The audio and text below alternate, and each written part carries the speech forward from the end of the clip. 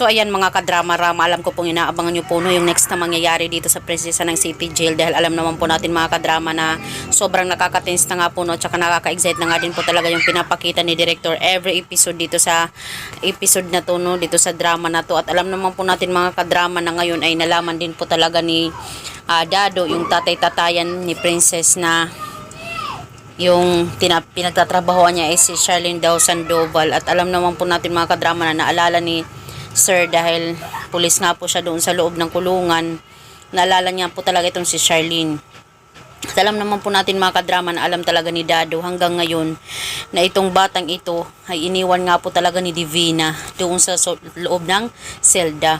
At hanggang ngayon ay hindi pa rin talaga masabi ni Dado. Pero alam naman po natin mga kadrama na yung buhay ni Sir Dado ay mayroon nga po talagang taning na, dahil acute na nga po talaga yung kanyang sakit.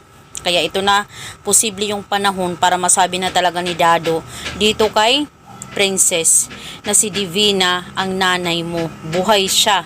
Iniwang kanya sa selda at pinabayaan.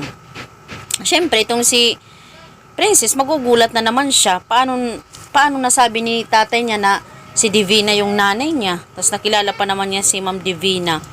Diba? Kaya ngayon ay malaki talaga yung pagtataka at question talaga ni Princess sa kanyang isipan.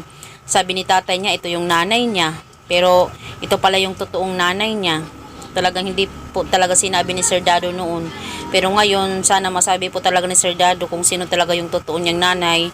Yung pagkakalam ni Sir Dado ay yun ang nanay ni Princess si Divina, pero sa totoo po talaga hindi po talaga si Divina yung nanay niya, kundi si Charlene. Talagang sililanin lang po talaga yung mga kapagsabi ng katotohanan na yun mga kadrama.